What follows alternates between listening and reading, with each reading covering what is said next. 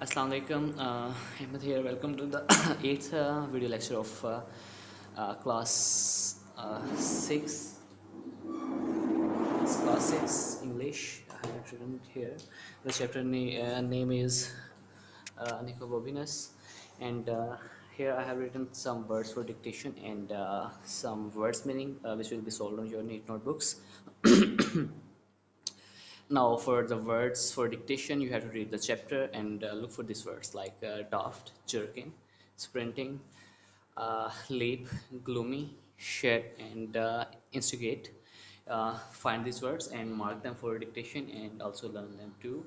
Now, for the words meaning, they will be solved on your neat notebooks. So, open your notebooks with prepare pages with the heading vacation homework with proper date and day and margin lines. Now, for the first word, daft, which means silly. Sprinting means running very fast. Leapt means jumped over. Gloomily means sadly. Shed means hurt. Instigate means to cause. And jerkin means leather jacket. Now, these dictation words and these words meaning are also provided on your given sheets. So you can copy them from there if you find my handwriting very rough. And I hope you are all safe and staying inside. Until next video lecture, Allah Hafiz.